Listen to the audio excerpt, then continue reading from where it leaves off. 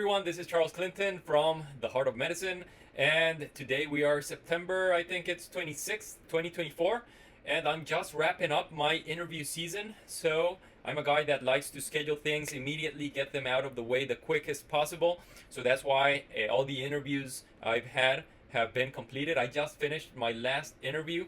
I might get one or two more, but probably there's a low chance for that. So I just wanted to walk you through some of my thoughts after completing a 15 plus interview season. First of all, my recommendation to any of you out there who is going to apply for fellowship or who is going to apply for a job in general is put in the reps. Remember that the game is won during the preseason. This is so important to understand. You can't just lay there and all of a sudden when it's time to apply, just apply and expect the best. Remember, you have to prepare for the worst. So how do you do that? You basically put in the reps. It's gonna be tough. If you want to go into fellowship and you're in a residency program where other people just want to graduate and become their best self and the residency they chose, that's okay, that's totally fine. But you have to understand that the people who is not going to apply for another job or a very competitive position probably will be able to relax a little more, to take it a little easier compared to yourself. So I want you to think, what do I have to do to get to the place I want to get to? So I have been already interviewed by the best of the best. One of those programs that I have always thought about ever since I started medical school, that I thought was the best thing. 5 names came to mind many years ago, and these 5 same names keep on being the best hospitals and programs in the world. Those programs interviewed me. So how did I get to there? If you ask me, my quick answer would probably be like, no idea. I think I'm just blessed, and that's a whole lot of luck.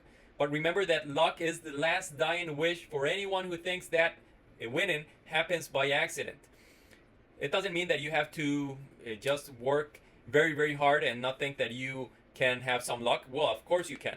But luck increases the harder you work. So understand that there's a balance, that sometimes it's not exactly luck, but it's how much reps and how much work you put into it. So I've been putting in the work ever since I was back in Costa Rica, and when I came here to the US as a more mature self, I kept putting the reps because I knew I wanted to succeed as bad as I wanted to breathe, in the words of the E.T. hip-hop preacher, Eric Thomas. So that's my recommendation. If you want to go into a competitive specialty, fellowship, or job position, I will need you to put in the work from day one. That will mean, it doesn't mean don't enjoy life. You have to enjoy life. There's no way you can get to this position and get the interviews if you're not enjoying the process. You're in this because you enjoy it. And if you're in medicine and if you're at this point and you don't enjoy what you're doing, I would recommend you to think things through. Yes, understand that sometimes we can fall into anxiety or depression, and that can cloud our thoughts. But at the end of the day, once we are out of this rut, we will understand our true colors and our true vibration and where we are gravitated towards. So my recommendation is put in the work directly proportional to the place you want to get. You cannot think that just go in half energy, you will get interviews at the top programs in the world. If you want the top programs in the world, you will have to put top effort, max effort, in the words of Deadpool. So do that. It depends on what you want. If you want to match into a fellowship and not necessarily want the best or most prestigious program, you might be able to relax a little more. You might not have to publish 10 papers. You might be okay publishing 5 papers, and that's not bad. You also have to take into account your life circumstances. So what about your family? You should not and cannot boycott your family while you're doing this process, because remember that they are there to help you, and if you have a real family that is going to be there after you match or do not match, they are also a very important part of this equation. You have to take them into consideration as well. So put in all the effort you can, enjoy the process. So if you're putting way too much effort and you start burning yourself out, yes, you might be overdoing it. And I have overdone it in the past, and it's not good, because if you overdo it, sometimes it might even be manifest. And even if it's not manifest, you will start feeling it. And if you start feeling it, your drive, even your drive will be affected. So there's a sweet spot between giving it your all and also enjoying the process. So see it as a process. Don't look at the final destination. You have to understand what it is, but you cannot focus so much on the final destination, because if you do that, the process will not result as fruitful. So do one step at a time, but don't go into analysis paralysis, because if you go thinking about all the steps you need to get into that job, fellowship, or residency, you might become paralyzed. So I want you to think of things one step at a time.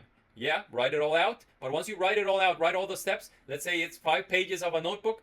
I want you to forget the last 3 pages. You have them there. Just focus at the first page and get done what the first page is asking you to do. Once you get that done, turn the page, and now you're on to the next one. Enjoy it every single step. So make sure you reboot, you refresh the whole system. Make sure you're eating well, you're working out, you're sleeping well, you're having good interpersonal relationships, you're trying to help others out, because that will also help you out in the end. So enough with that. I think this could be a whole video in and out of itself, so I might cut it there and I might do another chapter. And this next chapter is called, it's going to be Thoughts Post Interview Season. So remember that the programs are trying to sell themselves to you. They're trying to show you their best colors, right? So you are doing the same thing on the other side of the screen. If it's a virtual interview, as most of them are in 2024, it's a little bit more difficult to weed out the reality of what this program is. And it's the same thing with the program trying to understand who you are. Because as I see many applicants on the screen, most of them look pretty good. But if you actually shared with them a room and you walked with them and you were with them for several hours, you would probably have a better analysis of all the verbal communication, the non-verbal cues. All these things are important. So yeah, mostly anyone can do a respectable job throughout this virtual interface, but not everyone could get off with the same in person. So it's going to be a little bit more difficult virtually. It's also difficult to understand when is your time to speak, because of course 2 people speaking at once. In person it's easy to just let the other person speak, but if you're in the virtual interface, sometimes it generates this additional noise, and you don't want to come off as, oh, you're overbearing, you're too intense, or you're not talking at all. So it's a balance. Practice makes perfect. Practice with your family, practice in general. Be yourself. You just have to be yourself during these interviews, and that's all that you can be, right? As the song says. So remember also the quote, there is no one youer than you, as Dr. Seuss says. So you will be in a program or in this other position for X amount of years. They want to know that you are actually the person they are seeing across the screen. It would be a disservice for yourself to try to act as someone you are not, because you'll end up in a program that thinks they will receive something else. So it's like when you order fast food and you get another plate and you're like, oh, this isn't what I ordered, but well, I'll have to deal with it, right? You don't want to go to a place that you will be tolerated. You want to go to a place that you will be celebrated. So that will take me to the other point, which is, how are the people interacting with you? Remember that you'll go to this different institution or program. Don't focus so much on how the buildings look. Of course, that's going to be sort of important if it has a nice view and all this sort of wellness for yourself. But even more important than that is, who are the people who are going to be there? Remember that many of these people will be higher up on the hierarchical ladder than yourself. You will have to answer to these people. These people should be your mentors. You should look up to these people. You shouldn't go to a place that you will be mistreated, that you would not look up to these people, because it means that it's probably not the place for you. You should go to a place where you look up to the people who you see them as your future mentors, and that way you will grow more. So that being said, there might be an incredible institution with the best names, with the best, it was fully renovated 2 years ago, for example, versus another one that is on the outside looks sort of ugly, not so well kept, but you get in there and you feel like these people, wow, they're so cool, they're so nice, I look up to them. I share so many things with them. I want to learn from them. Probably your best bet will be going with the book, the content of the book, and not the outer cover of the fancy book, right? So, of course, if you can find both of those things, go for it. If you get both, it's even better. But that's not always the case.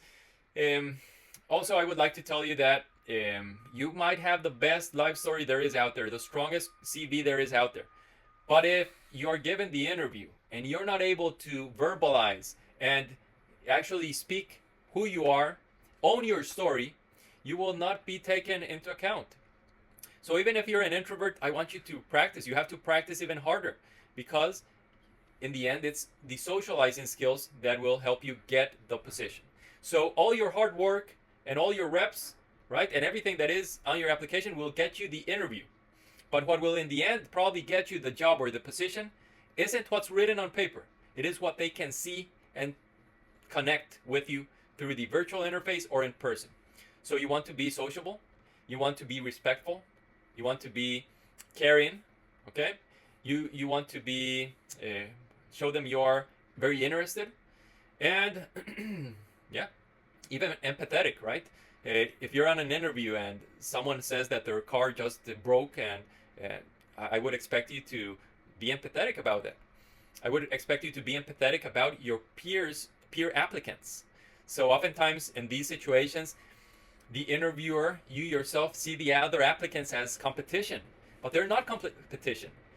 We all have to mature in life to the point to understand that the real competition is right here. That's your competition. Whenever you see those people that get the gold medals in the Olympics, that get the best position, that are living the best life, these people usually compete against themselves. They are the people that believe in marginal gains. And they're not the people that say 1% better every day, because if you improve 1% every day, in 100 days it means you already are a new self. It doesn't make sense. Life isn't that way. It's a process. It's lower than that. So maybe improve 0.001% every day. And that's going to be a real goal, attainable goal, and will take you places. So compete against yourself. The other people you see on the screen, everyone should be someone you respect and should be someone you treat the same, even program director or fellow applicant. If you are treating differently the fellow applicants, and when you're in the applicant breakout room, you're like, no, I'm gonna mute my camera and mute everything, and I don't want to talk to these people, and when the program director comes on, I'll turn on the camera and I'll be a delight. That's probably not talking that good about you. I do understand that these sessions are very long, and of course sometimes it might be annoying if you're in a 5 or 6 hour interview, and in the breakout room everyone is trying to maybe get something to drink before the next interview. Yeah, it's understandable. But my point is that when you should be interacting with people, if you're treating others differently, it doesn't look good, and it reflects that you still have to do some maturing in life. Because remember that today you might be someone's boss, but tomorrow you might depend on them. So today you might think you depend on the program director, and yes, you might depend on them to get the job. But tomorrow, maybe that other person that was in the interview with you, your fellow applicant, who is your competition, maybe that person will be in the person in charge of seeing your father or mother in a hospital which is away from you, and you will have to contact this person. So be nice with everyone. You never know who you will depend on, okay? Always understand that there's something to learn from every single person out there. And if you do that, you'll continually grow. I think those are pretty good recommendations. I would also recommend you to be on time. Hopefully be there 5 to 10 minutes before your interview, so you do the troubleshooting with the camera, or if it's in person, also show up a little early. Something I did in the in-person interviews I had, I took a little present, a little appreciation detail, something. Why? Because I appreciate their time. They're taking time out of their day to meet you. They decided this person can be in our program. So how can you not be appreciative? You've worked so hard for this point. Imagine working all your life and getting to this point and not getting an interview. How would you feel? We depend on others in this life. No man is an island. So be appreciative. It can be something minor. It's symbolic, right? I don't want you to go. You have to be moderate. Everything has to be well thought out. I don't want you to go buy a car and take a car. Of course, that's not gonna probably happen unless you're someone like from a sheikh from I don't know where, or a king or prince. But you get the point. So be appreciative. Sometimes a mere smile, being thankful is all you need. But if you can also do the extra mile, do it. In one of my personal in-person interviews, at the end of the social event, I asked my fellow applicants, hey, does everyone have a ride? I offered to give them a ride. And actually one of the other fellow applicants told me, in front of the fellows, she told me, hey, I would love to be your co-fellow in the future. Imagine how that made me feel. It was pretty cool, because I'm here with the competition, and even the competition is recognizing that you're a nice person and you're there just to help. And the fellows were like, wow, that's cool. So that's good. It has to come from the heart, okay? Don't make things up, just do it from the heart. The other thing I would like to say is, whenever you're speaking on the interview and someone else is going to speak, give them the chance to go ahead first. Like if it's not imminently relevant that your question pops up first, just give others the way of passage and then you'll get your turn. What else? So be interested, put in the work as well. If you're interviewed at a program and you show that you have no question whatsoever when they ask you, that won't look good. So even if you don't have questions, don't tell them you don't have questions. There's something. What about your curious mind? People that will grow continually will have a curious mind. Everyone will have a question. Even if you've been in that program, there's something you could ask. So try to ask something. And yeah, this isn't a competition. You compete against yourself. Be respectful. Ask your honest questions. There are some questions that might not be relevant to others, might be relevant to yourself. One question I've only heard myself ask in all my interviews, which I always ask, is, do you guys have a gym? And most people are like, maybe other applicants, you can see their face on the screen, like, is he really using time for this question? But for me, this is important because that's my caffeine.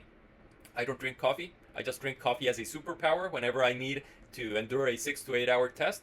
Other than that, if I have 20 minutes, instead of going to the Starbucks line, I will go to the gym and get some reps of something done, and that will boost my my sympathetics, concentration, etc.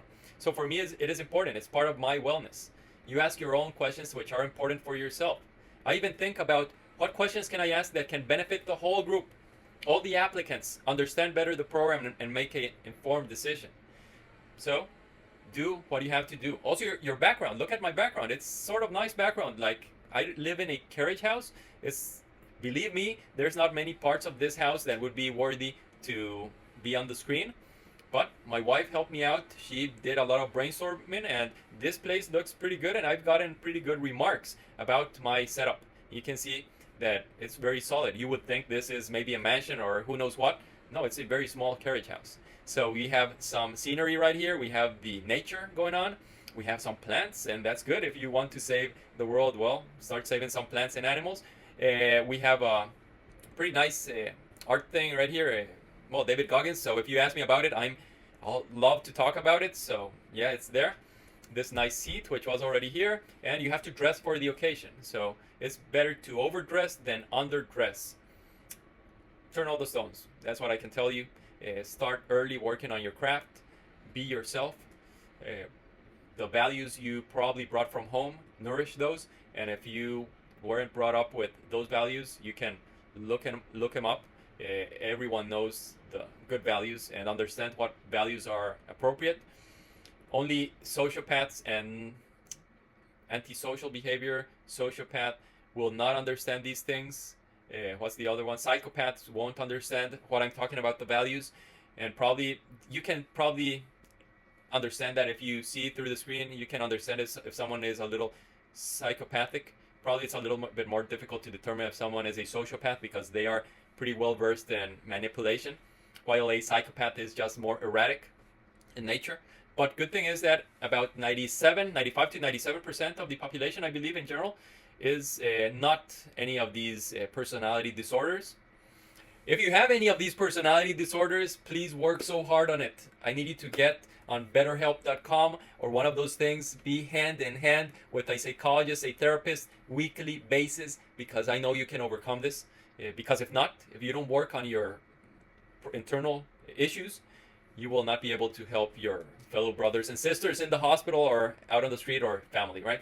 So that's about it.